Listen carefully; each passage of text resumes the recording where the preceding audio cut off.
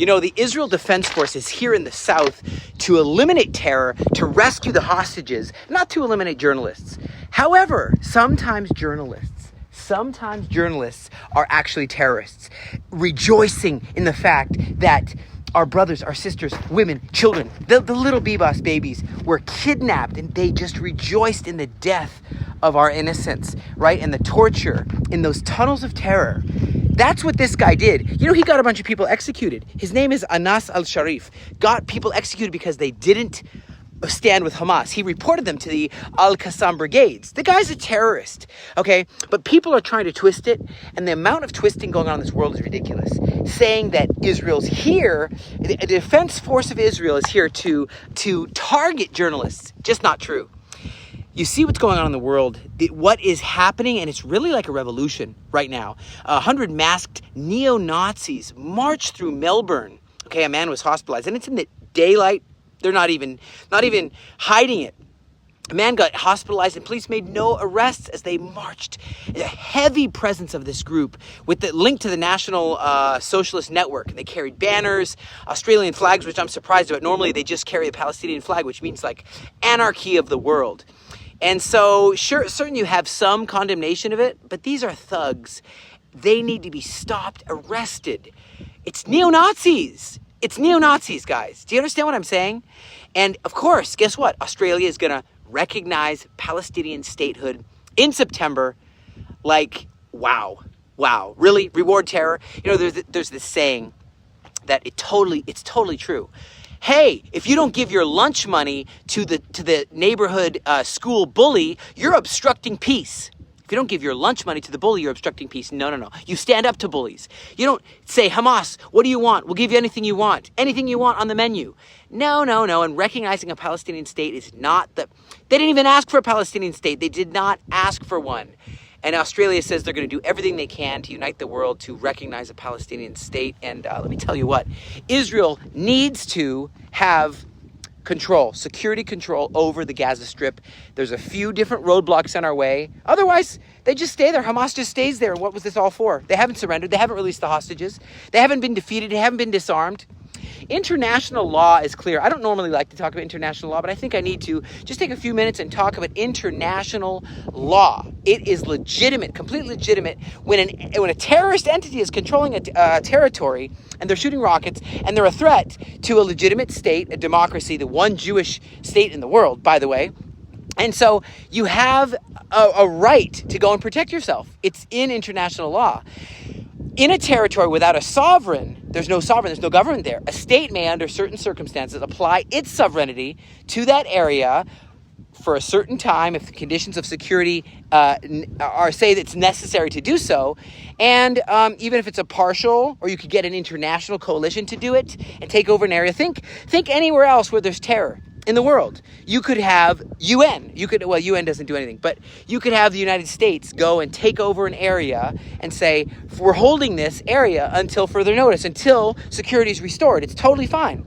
There's no lawful sovereign there, so we're not taking it away from another actual state. The de facto regime commits war crimes all the time and uses human shields, and they are attacking and digging tunnels, okay? And removing the threat requires not only dismantling Hamas, but also changing the status of the territory. So you could say it is now de facto Israel. Gaza is part of Israel. Yeah, people say, oh, they don't like to hear that, but you need to do something that works, okay? What about the population? In Greece and Turkey war in 1923, there was a large-scale population exchange. People moved. The India-Pakistan war, there was people that were moved from here to there. The Czechoslovakia-Germany war in 1945, hostile populations were moved from here to there. It's totally normal for something like this to happen, and guess what? It's the only thing, I believe, that will send the message to these jihadist apocalyptic monsters. It's the only thing, and that is making sure that people are free, liberated from the Hamas. You know, if you have a sovereign nation, Israel, a sovereign democratic nation, and a territory that is not a state attacking, you need to go and annex this. And Judea and Samaria, we should have annexed that along. Annex means to take authority over said place.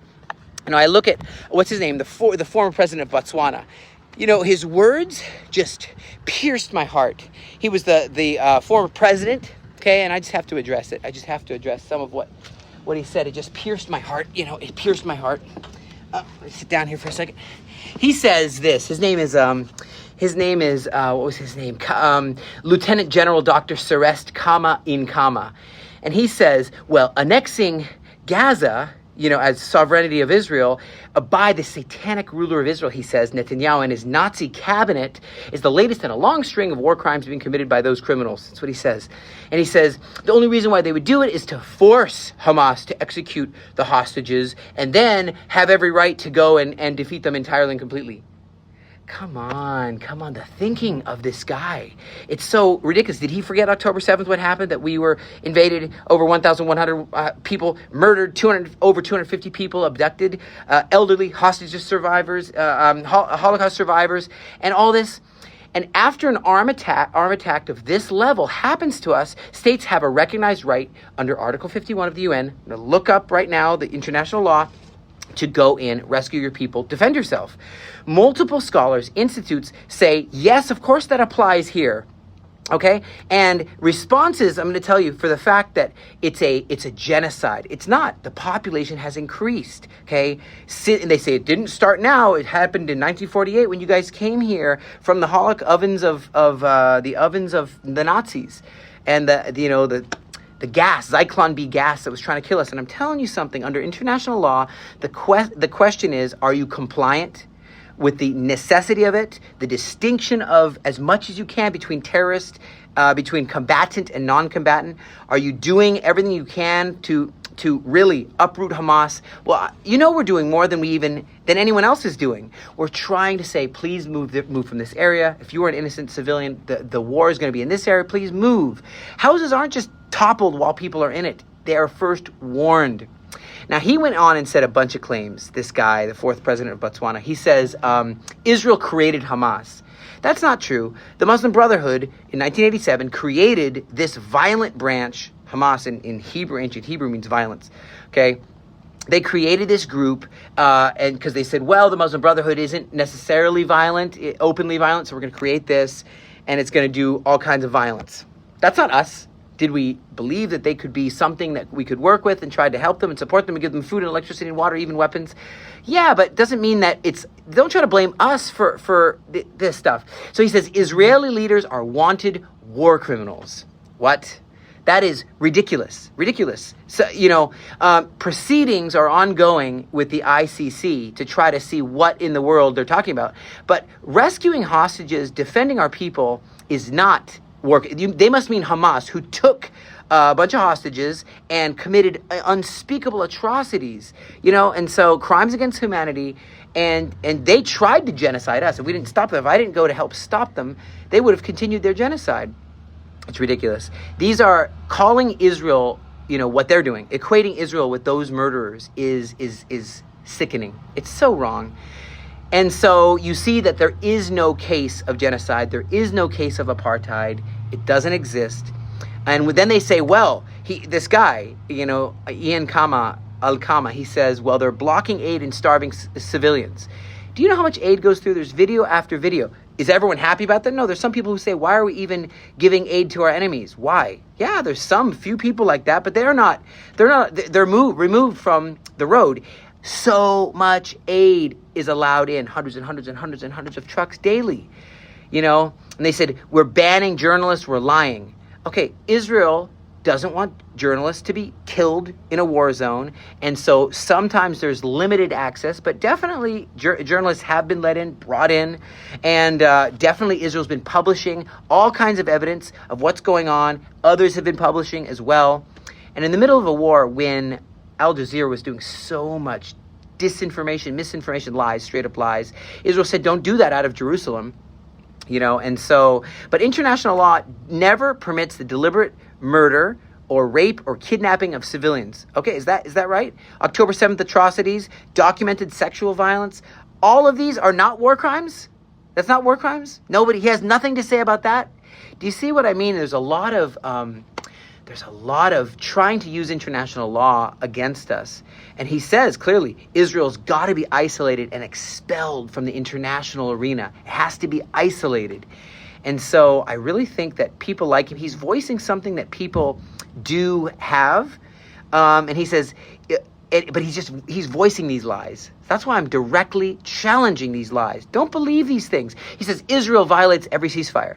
No, ceasefires have occurred. If you recall, Hamas violated them routinely. Israel didn't violate them. Hamas violated them.